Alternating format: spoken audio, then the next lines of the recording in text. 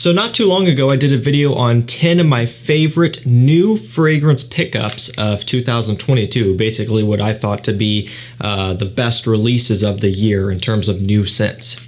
But that just made up a small segment of what I was purchasing in 2022. I bought a lot of fragrances that have been out for years already, and so today we're going to be going over those. We have 15 of them here. Now, actually, there is one new release in here. It's a niche scent that didn't make it into that video that I did talking about new stuff. But all the other 14, these are things that have been around that I finally got around to getting, and they're ones that I really ended up liking. And this video was actually a little bit more challenging than the last because obviously when compiling the last video, I just had to look at the new releases and then choose my favorites from there. This one though, because I have so many things already, took a lot of time of me sitting down and looking through a bunch of emails, Fragrance Net, Fragrance X, Joma Shop, Fragrance Buy, and just looking at what I actually purchased this year. But I finally got it narrowed down to my favorites. So I will provide links down below to discounters so you can pick up some of these as well for prices that are much better than retail. I'm also doing giveaways on my community tab, posting deals over there all the time. So make sure you check out over there often and get subscribed so you don't miss out on anything. Let's get it kicked off with ISSEY MIYAKE NUIT BLEU ASTRAL. So I don't remember the exact release date on this one. I know it's been out for a couple years and I never got it when it first came out. So I figured, you know what, been looking at it for a while, might as well go ahead and pick it up. And I actually got this towards the end of the year, like in fall. So I didn't really have it for summertime, but I was wearing it when we had some mild temperatures in fall and I ended up really liking it a lot. It's got coriander, lime, and amberwood in here. Really nice, unique, but still very pleasant and very mass-pleasing and wearable kind of fresh scent. You know, the amberwood, the ambroxan, ambergris, whatever you want to call it, is going to give off a bit of a familiar smell. So in a kind of a roundabout way, you could almost look at this as kind of a half attempt at a blue fragrance from ISSEY MIYAKE. You know, it's one way you could view it. I kind of see that a little bit. And so, you know, that might be something that immediately makes you want to avoid this one. For me, I love blue scents. And so going into this, I kind of had a little bit of an expectation of that. And I did get that to some extent. But the coriander and the lime and everything else going on and the woods in here gives it a different twist. So it's unlike anything else. Doesn't smell like Sauvage, doesn't smell like Y, doesn't smell like Dylan Blue. It's its own thing, but maybe a little bit of a take on that DNA overall. And for the price, I really like it. And this is also one that I finally picked up this year. It's Mugler's Ultimate, or Angelman Ultimate, whatever you want to call it. Angelman, Mugler, Ultimate, whatever. It's got cappuccino, balsam fir, amber wood, whatever, kind of a, you know, a little bit of a ozonic, almost freshness mixing with this sweet, chocolatey kind of coffee smell in here. Cappuccino is officially the note that they list off. And, you know, this is one of the few remaining Mugler scents. I mean, this, and if you're lucky, the original Angelman, really the only two you can get. All of the other big ones, Pure Malt and Pure Havana and Ultra Zest, obviously those have been gone for some time now, and you're just pretty much left to this and the original. And even the original has been getting a little bit hard to find as well. This one also isn't at a crazy price either, even though everything else has been discontinued. You can get this one for like $50, $60, and it's well worth it. If you want a nice kind of wearable, mass-pleasing coffee scent that doesn't go too far in the overly sweet coffee direction, you should check this one out. And again, this will probably become a collector's piece someday, just like all the rest. This one's a little bit of a cheapie here. We have Mercedes-Benz Les Parfums. So there's a few in this line, and I believe this is the only one that I have. I could be wrong, but I'm pretty sure this is. Now, this one has violet, oud. It's got some saffron in here as well. So it's a little bit of a kind of an ozonic violet leaf mixing with a sweetness. The saffron, the oud is giving off some of that. To me, a little bit of vanilla as well that I pick up on, that I didn't write down, and I don't even know if they officially have listed, but like a vanilla tonka bean mixture mixing with oud and everything else. You know, it has this kind of bright freshness and this kind of ozonic quality from the violet in here, but then some sweetness going on as well to kind of balance that out. You know, I think for the price, all things considered here, it's a really nice, unique scent for what it is. You know, a lot of things in this price range can kind of start to run together and smell similar, but not this one. Okay, here's that niche scent that is new. Okay, it's MANCERA Intense CEDRAT BOISE. So again, I was on the lookout for this for so long when I saw it announced at like the very beginning of the year, I think it was, and I was looking and looking, and finally a few months later it was available and I was able to get it, and it was one of my favorite releases of the year. When I was doing that other video, I was focusing on designers, so I figured, hey, I'll give this one some attention and throw it in, because this is actually one of the few new release niche fragrances I picked up, one of the very few. So it's just everything I was expecting and hoping for in an extrait or intense version of CEDRAT BOISE, and I love it for that reason.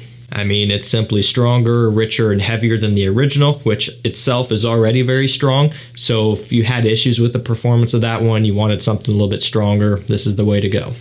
Next up, Carolina Herrera Iris Empire. So I discovered this one kind of in fall as well, and I love Iris, so it was a no-brainer for me. It was a blind buy like everything that I make or that I buy, and so I knew I was going to like it, but I didn't know if it was going to be too similar to something or whatever.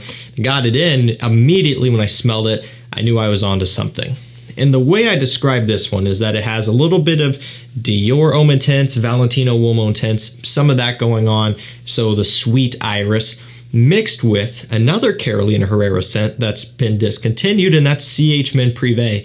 So I do get a little bit of a leathery accord in here, and even to some slight extent, a little bit of a booziness. And so it's kind of mixing a couple different genres together to create a very addicting, very warm, very sexy iris-based scent, but with a twist. I love it. It is expensive. You're talking a niche price here for a designer brand. It's, from their high-end collection, but I gotta say, I have a lot of these now, and they've all been really good. This is seriously a line that's worth checking out. Next up, cool little bottle here and cool scent equally. We have Brioni for men. This is just the eau de parfum, just the original here. Not the intense, only because I don't have it. So from what it looks like online, I think I might really like the intense eau de parfum. I think it might be, is it a new release this year? I can't remember, this year or last, but I just haven't gotten it yet. So this one has violet, cedarwood, ozonic notes, and some like musk and a little bit of pink pepper.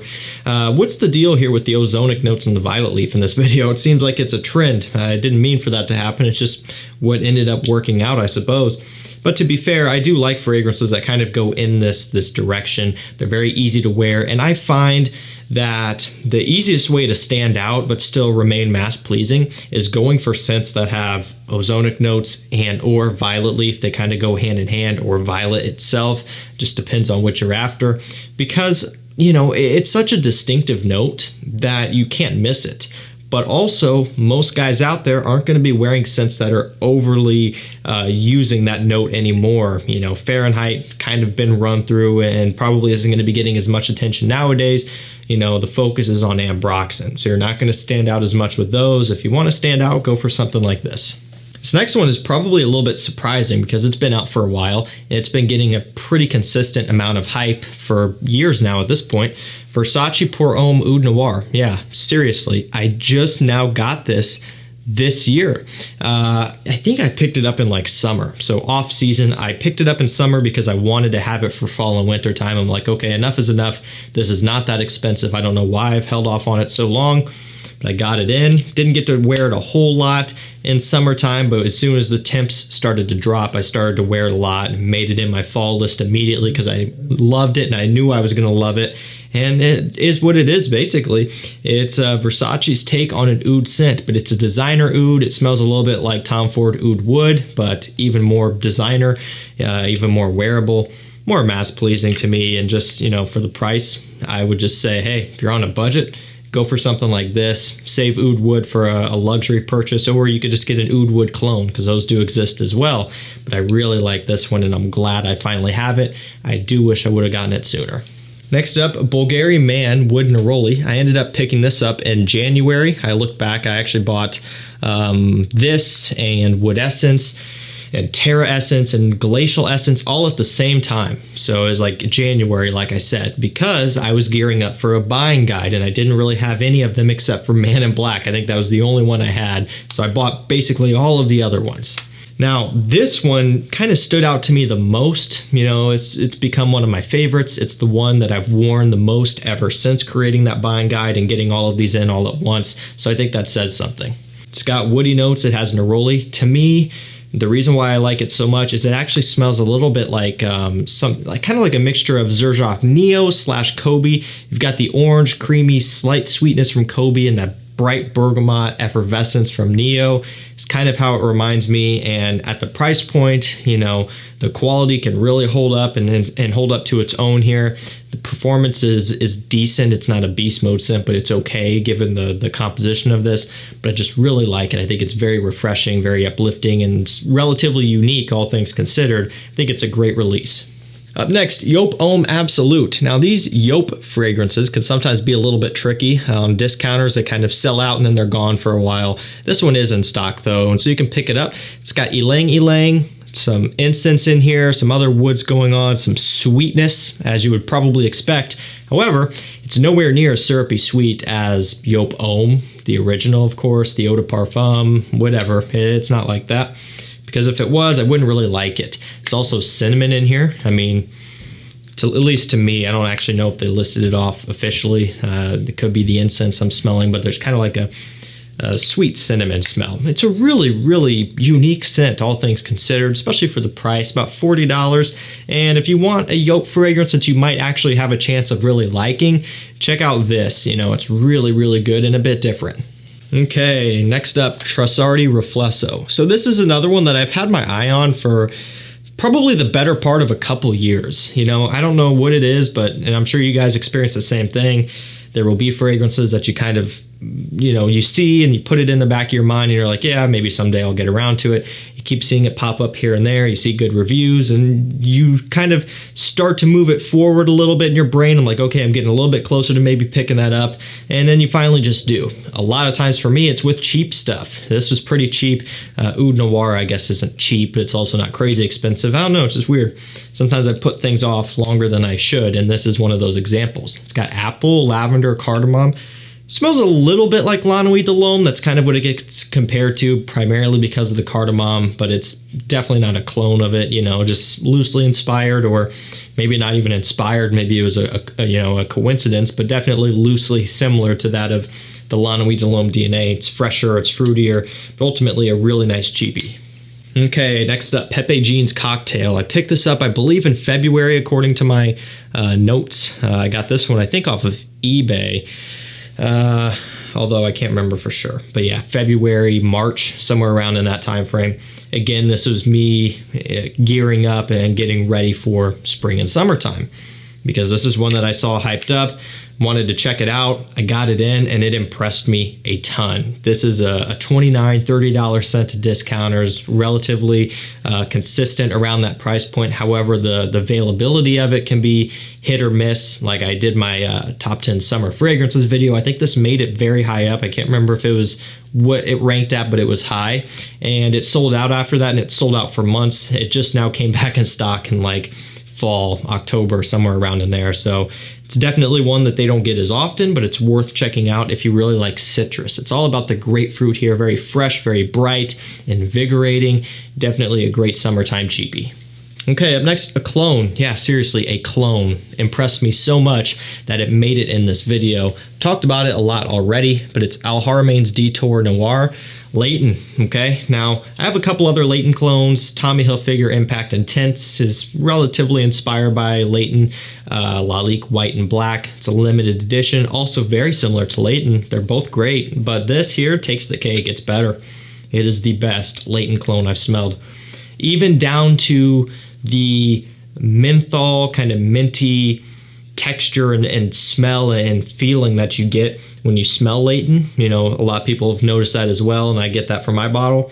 I get that from here, and that's something that I don't get from the other Layton clones that I've smelled, so the details go a long way with this. It's by far the closest you can get to Layton that I've experienced for under 30 bucks, and it's a must-have. Up next, Voyage d'Hermès Parfum. So cool little bottle. It just kind of swings up, locks into place, and swings down just like that. Now this has green tea, some general citrus in here, a little bit of aromatics. lavender. I think there's like a petitgrain accord. So it's kind of leafy and green, a little bit sweet, very fresh, musky. Yeah, definitely petitgrain / neroli going on. You could pick up on that easily. And a little bit kind of effervescent, has a little bit of a sparkle to it. I really admire how this one's put together. You know, there's a lot of balance here. You're kind of juggling a lot of different notes and accords that end up working together perfectly. So this is a little bit different. If you're after something that isn't your cookie cutter run-of-the-mill designer release, check this one out. All right, second to last, we have Armani Stronger With You Oud. Now, I actually can't remember. Is this year's release, 2022, or last year? Maybe this is a second new release. I gotta be honest, I can't remember, guys. I really, I don't even know. That being said, I did get it this year, and so I can say that for certain. It's an exclusive edition. Can be a little bit hard to find sometimes. I think it is in stock right now on like Fragrance Buy, but it kind of goes in and out of stock often. So essentially, this is the Stronger With You DNA, but with oud. Very easy way to put it, and that's really about all that changes with this one. Now, it's not too strong of an oud accord, still very wearable, still a great mass-pleasing scent, but this one will be more so for the enthusiast, because a lot of guys that are super hardcore into collecting, they don't love the original and the Intensely and Absolutely. Not saying that everyone will love this either, but it's a little bit of a step in that direction of kind of throwing the enthusiasts a bone, metaphorically speaking, just kind of giving them something that has a little bit more substance. Last fragrance, a niche one that I've had a sample of for a long time. It's been out of stock everywhere, including the official retail website. Couldn't even spend the ungodly retail price for this one to buy a bottle, and it really upset me. I think it was supply chain issues with this one. They were experiencing a lot of issues with that, but it's finally back, and I'm super happy about it. It's Bond number 9, New Harlem. This is the second and only Bond number 9 that I have, first being Bleecker Street. I don't even have Scent a Piece. I've smelled it, have a sample of it. I don't have HTTP, you know, the greenish colored one that's also supposed to be like a Ventus. I don't have that either. It's just 2 of them. But this one here is one I've been wanting for so long, and I finally have it. This literally smells like syrup on your pancakes with a cup of coffee sitting right next to your plate in the morning. Seriously, that sounds dumb. You would probably think, okay, how can they make a fragrance smell like maple syrup? But they did it with this, and a hint of coffee as well, a lot of sweetness going on. This is not for everybody. This is literally the opposite of anything fresh or clean. Okay, this is like your shirt is lathered in syrup and sugar and you might need to take a bath type of deal. I mean, sweet to the maximum. You got to be into fragrances like this to have any sort of appreciation for it, but I love it. I think it's cool, and I was finally able to get a bottle on Fragrance Buy. They sold out quick, but if it comes back, I'll let you know on my community tab. All right, guys, that's going to do it for me. 15 fragrance releases that really blew me away the most in 2022. You might be watching this in 2023. I don't know when I'm going to post this. So, yeah, that was my favorite pickups from last year or 2022. And again, maybe 1 or 2 new releases in here, but for the most part, a lot of these have been out for years now. Links will be down below. That's going to do it for me. Thank you so much for watching. Stay safe, stay healthy. We'll see you tomorrow with another one. Take care.